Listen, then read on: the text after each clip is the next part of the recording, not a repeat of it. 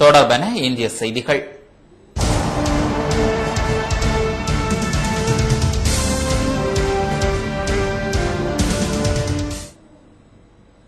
Cabinet அமைச்சர் பதவி கிடைக்காதால் அதிருப்தி அடைந்த மத்திய அமைச்சர் குருதாஸ் காமத் தனது பதவியை திடீரென ராஜினாமா செய்துள்ளார்.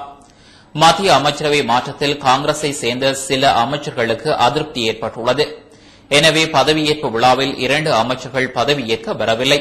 அதில் மத்திய உள்துறை மற்றும் தகவல் தொழில்நுட்ப இணை அமைச்சராக இருந்து வரும் குருதாஸ் காமத் கேபினெட் அந்தஸ்தில் அமைச்சர் பதவி கிடைக்கும் என நினைத்தார். ஆனால் அவருக்கு குடிநீர் மற்றும் சுகாதார மேம்பாடு இலாகாவுக்கு தனிப்பொறுப்புடன் கூடிய இணை அமைச்சர் பதவி வழங்கப்பட்டதனால் அவர் பதவியேற்க வரவில்லை. அவர் பதவி ஏற்காவிட்டால் தற்போதைய அமைச்சர் பதவியிலும் நீடிக்க முடியாது என காங்கிரஸ் மேலிட வட்டாரங்கள் எச்சரிக்கை விடுத்தன. இந்நிலையில் குருதாஸ் காமத் தனது பதவியை ராஜினாமா செய்தார். தனிப்பட்ட காரணங்களுக்காகவே பதவி விலகிறேன் என்று கூறியுள்ளார்.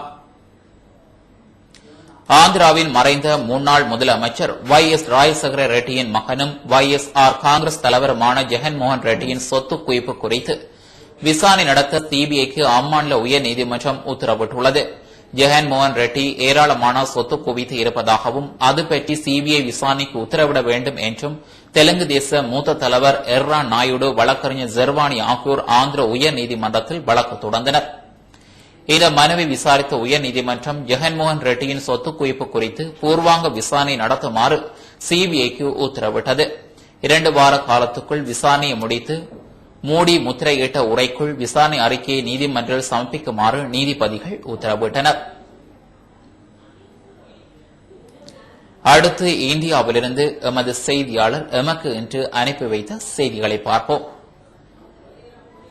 தமிழக முதலமைச்சர் ஜெயலலிதாவை இன்று தலைமைச் செயலகத்தில் உலக சதுரங்க கூட்டமைப்பின் தலைவர் கிர்சன் இழிலினோம் சந்தித்து பேசினார். அடுத்த ஆண்டு நடைபெறவுள்ள உலக சதுரங்க போட்டியினை சென்னையில் நடத்த அப்போது அவர் முதலமைச்சருக்கு வேண்டுகோள் விடுத்தார். இதனையடுத்து இந்த போட்டியை சென்னையில் நடத்திட தமிழக முதலமைச்சர் ஜெயலலிதா ஒப்புதல் அளித்து ஆணையிட்டுள்ளதாக இன்று சென்னையில் வெளியான தமிழக அரசின் செய்திக்குறிப்பு தெரிவிக்கிறது. உலக செஸ் சாம்பியன்ஷிப் போட்டி இதுவரை இந்தியாவில் நடைபெற்றதில்லை என்பது குறிப்பிடத்தக்கது. இந்த போட்டிக்கு 20 கோடி ரூபாய் செலவாகும் என்று அரசு செய்திக்குறிப்பு தெரிவிக்கிறது. அடுத்த ஆண்டு மே, ஏப்ரல் மாதங்களில் நடைபெறவுள்ள உலக சதுரங்க சாம்பியன்ஷிப் போட்டியில் தற்போதைய உலக சாம்பியன் விஸ்வநாதன் ஆனந்த், இஸ்ரேலை சேர்ந்த கிராண்ட் மாஸ்டர் போரிஸ் கெல்ஃபாண்ட் ஆகியோர் மோதுகின்றனர். இந்தியாவில் சதுரங்க போட்டிகளில் கிராண்ட் மாஸ்டர் பட்டம் பெற்ற 24 பேரில் 10 பேர் தமிழகத்தை சேர்ந்தவர்கள் என்றும் உலக சதுரங்க களத்தில் இந்தியா 7வது இடத்தை பெற்றுள்ளது என்றும் அரசு செய்திக்குறிப்பு மேலும் தெரிவிக்கிறது. முதலமைச்சர் ஜெயலலிதாவை மீஞ்சூரில் செயல்படும் கடல் நீரை குடிநீராக்கும் நிறுவனமான IVRCL இன் தலைவர் மற்றும் மேலாண்மை இயக்குநர் சுதீர் ரெட்டி மரியாதை நிமித்தமாக சந்தித்து பேசினார். அவர் கடல் நீரை குடிநீராக்கும் திட்ட விரிவாக்கம் குறித்து முதலமைச்சருடன் விவாதித்தார். இந்த சந்திப்பின் போது தலைமைச் செயலாளர் தேவேந்திரநாத் சாரங்கி, IVRCL நிறுவன மேலாண்மை இயக்குநர் ராமச்சந்திரன், துணைத் தலைவர் வெங்கட சுப்பிரமணியன் ஆகியோர் உடனிருந்தனர். உத்தரப்பிரதேச மாநிலத்தில் அண்மையில் கல்கா விரைவு ரயில் தடம் புரண்டு நேரிட்ட விபத்தில் உயிரிழந்தவர்களின் குடும்பங்களை சேர்ந்த தலா ஒருவருக்கு ரயில்வேயில் வேலை வழங்கப்படும் என்று புதிய ரயில்வே அமைச்சராக பொறுப்பேற்றுள்ள தினேஷ் திரிவேதி தெரிவித்துள்ளார். தில்லியில் நேற்று அமைச்சராக பொறுப்பேற்ற பின் செய்தியாளர்களிடம் பேசுகையில் அவர் இதனை தெரிவித்தார். பின்னர் உத்தரப்பிரதேச மாநிலம் கல்கா ரயில் விபத்து நடந்த பகுதியை அவர் பார்வையிட்டார். விபத்தில் காயமடைந்து ஃபதேபூர் மருத்துவமனையில் சிகிச்சை பெற்று வரும் நபர்களையும் நேரில் சந்தித்து ஆறுதல் கூறினார். அவர்களுக்கு அளிக்கப்பட்டு வரும் சிகிச்சைகள் குறித்து மருத்துவர்களிடம் அவர் கேட்டறிந்தார். ரயில் விபத்துகள் தொடராமல் இருப்பதற்கு மேற்கொள்ள வேண்டிய நடவடிக்கைகளுக்கு தமது அமைச்சகம் முன்னுரிமை அளிக்கும் என்றும் அவர் தெரிவித்தார். ஊரக மேம்பாட்டுத்துறை கேபினெட் அமைச்சராகியுள்ள ஜெயராம் ரமேஷ் இன்று தமது அமைச்சக பொறுப்புகளை ஏற்றுக்கொண்டார். தொலைத்தொடர்பு மற்றும் தகவல் தொழில்நுட்பத்துறை இணை அமைச்சராகியுள்ள மிலிந்த் தியோரா இன்று புதுதில்லியில் தமது அமைச்சகத்தில் பொறுப்புகளை ஏற்றுக்கொண்டார். பின்னர் செய்தியாளர்களிடம் பேசிய அவர் கிராமப்புறங்களில் தொலைத்தொடர்பு சேவைகளை அதிகரிப்பதற்கு தாம் முன்னுரிமை அளிக்கப் போவதாக கூறினார். மக்கள் ஏற்கக்கூடிய கட்டணத்திலும் அரசுக்கு வருவாய் கிடைக்கும் வகையிலும் அந்த சேவைகள் அமையும் என்றார் அவர். புதிய சட்ட அமைச்சராக சல்மான் குர்ஷித் இன்று பொறுப்பேற்றுக் கொண்டார். அவருக்கு துறை அதிகாரிகள் வாழ்த்து தெரிவித்தனர். PSLV-C 17 செலுத்து வாகனத்தை விண்ணில் செலுத்துவதற்கான கவுண்ட் டவுன் இன்று தொடங்கியது. சென்னைக்கு அருகே ஸ்ரீஹரிகோட்டாவில் உள்ள சதீஷ் தவான் விண்வெளி மையத்தில் இருந்து நாளை மறுநாள் இந்த செலுத்து வாகனம் GSAT 12 என்ற அதிநவீன தொலைத்தொடர்பு செயற்கைக்கோளை நாளை மறுநாள் மாலை மணி 4:48க்கு விண்ணில் செலுத்த உள்ளது. இதற்கான 53 மணி நேர கவுண்ட் டவுன் இன்று காலை மணி 11:48க்கு தொடங்கியது. செலுத்து வாகனத்துடன் செயற்கைக்கோளை ஒருங்கிணைப்பதற்கான பணிகள் நிறைவு பெற்றுள்ளன. அதைத் தொடர்ந்து அதனை ஏவுவதற்கு முந்தைய இறுதிக்கட்ட சோதனைகள் கவுண்ட் டவுன் வேளையின் போது மேற்கொள்ளப்படுகிறது. ஜிசாட் 12 செயற்கைக்கோள் காரணமாக இந்தியாவில் அதிகரித்து வரும் டிரான்ஸ்பாண்டர்களின் தேவையை ஓரளவிற்கு சந்திக்க இயலும் என்பது குறிப்பிடத்தக்கது. தமிழகத்தில் 69% இடஒதுக்கீட்டிற்கு ஏற்படவிருக்கும் ஆபத்தை உணர்ந்து தமிழக அரசு விழித்துக் கொள்ள வேண்டும் என்று பாமக நிறுவனர் டாக்டர் ராம்தாஸ் தெரிவித்துள்ளார். இது தொடர்பாக இன்று அவர் வெளியிட்டுள்ள அறிக்கையில் சாதிவாரி மக்கள் தொகை கணக்கெடுப்பின் மூலமாக மட்டும்தான் 69% இடஒதுக்கீட்டை பாதுகாக்க முடியும் என்று குறிப்பிட்டுள்ளார். இதனை கருத்தில் கொண்டு உச்சநீதிமன்றத்திடம் அவகாசம் பெற்று அதற்கான நடவடிக்கைகளை தமிழக அரசு மேற்கொள்ள வேண்டும் என்று அவர் கேட்டுக் கொண்டுள்ளார். தமிழகத்தில் 69% இடஒதுக்கீடு முறை தொடரும் என்றும் கிரீமிலேயர்களுக்கும் இடஒதுக்கீடு தொடர்ந்து வழங்கப்படும் என்றும் தமிழக அரசு அறிவித்துள்ளதை சுட்டிக்காட்டி 69% இடஒதுக்கீட்டை பாதுகாக்க வேண்டும் என்ற அரசின் நோக்கம் வரவேற்கத்தக்கது என்றும் ராம்தாஸ் அறிக்கையில் தெரிவித்துள்ளார். தமிழக அரசு அறிவித்துள்ள விற்பனை வரி உயர்வை ரத்து செய்ய வேண்டும் என்று மதிமுக பொதுச் செயலாளர் வைகோ கேட்டுக் கொண்டுள்ளார். இது தொடர்பாக அவர் இன்று வெளியிட்டுள்ள அறிக்கையில் அரசின் வரி உயர்வால் எல்சிடி மானிட்டர், கட்டுமான பொருட்கள், உயிர்காக்கும் மருந்துகளின் விலை உயரும் என்று குறிப்பிட்டுள்ளார். டீசல் விலை ஏற்றத்தால் அரசு பேருந்துகளின் வழித்தடங்களுக்கு புதிய பெயர் சூட்டப்பட்டு பேருந்து கட்டணங்கள் உயர்த்தப்பட்டுள்ளதாகவும் தனியார் பேருந்துகள், ஆம்னி பேருந்துகள் பயண கட்டணங்களை தாமாகவே உயர்த்திக் கொண்டுள்ளதாகவும் அவர் குறிப்பிட்டுள்ளார். எனவே விற்பனை வரி உயர்வை முழுவதுமாக ரத்து செய்ய வேண்டும், சிக்கன நடவடிக்கைகளை மேற்கொள்ளவும் புதிய நிதி ஆதாரங்களை திரட்டவும் அரசு முயல வேண்டும் என்று வைகோ கேட்டுக் கொண்டுள்ளார். தொடர்பான வெளிநாட்டு செய்திகள்.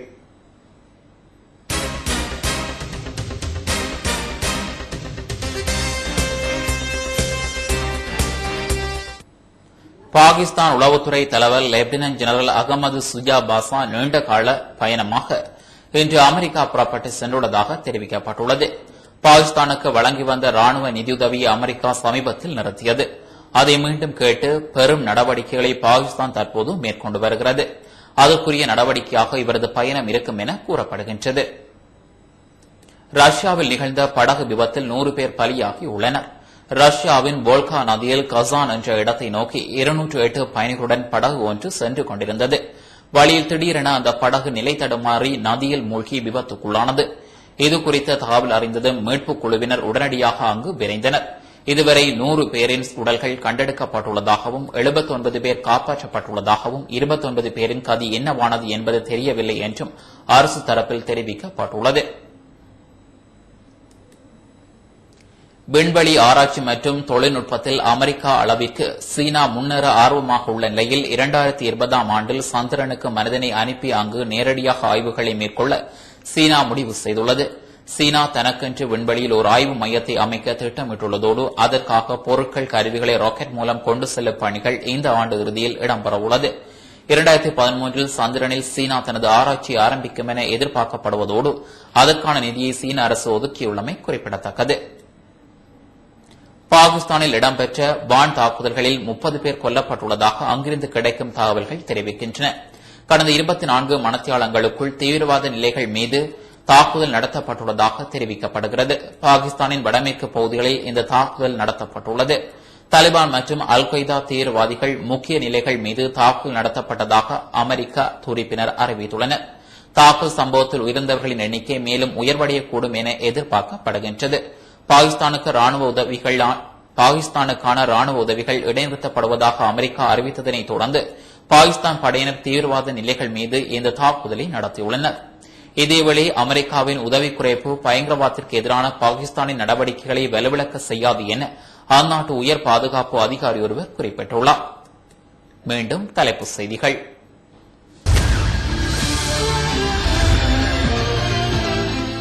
ஜனாதிபதியின் தலைமையில் பாடசாலை மாணவர்கள் 12,000 பேர் பங்கு கொள்ளும் எஸ்எல்எம் மகா சிசு பெரகரா நாளை இடம்பெறவுள்ளது.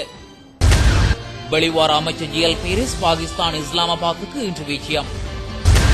இந்தோனேஷிய எல்லை பாதுகாப்பு போலீசாரால் கைது செய்யப்பட்ட கப்பல் கனடாவினியை நோக்கி வந்ததாக கனடிய குடிவரவு அமைச்சர் ஜேசன் கெனி தெரிவிப்பு. நுழம்பு பெருகும் வகையில் தமது சுற்றுப்புற சூழலில் குப்பைகளை அகற்றாது இருந்தார்கள் என குற்றம் சாட்டப்பட்ட 10 பேருக்கு தலா 10,000 ரூபாய் தண்டப்பணம் விதிக்கப்பட்டுள்ளது. ரஷ்யாவில் நிகழ்ந்த படகு விபத்தில் 100 பேர் பலி. இத்துடன் டான் தமிழொலியின் இந்த பிரதான செய்தி அறிக்கை நிறைவு பெறுகின்றது. தொடர்ந்து நமது நிகழ்ச்சிகளுடன் இணைந்திருங்கள். வணக்கம்.